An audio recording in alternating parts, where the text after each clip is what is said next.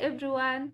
In today's tutorial, we are going to learn how to rename a sheet, or in other words, a worksheet in Excel. I don't know whether you have realized Excel has a default way of naming its sheets in Excel. For example, this is sheet 1. If we insert another sheet, it will be sheet 2, and another one, sheet 3. So that's the default way of naming sheets in Excel. But you might be working on a report and you need to change the name according to the nature of the report. So I'll show you two ways on how you can rename your sheets. The first way being right click on the sheet name and then go to rename. So we can call this cells. Then once you're done, press enter.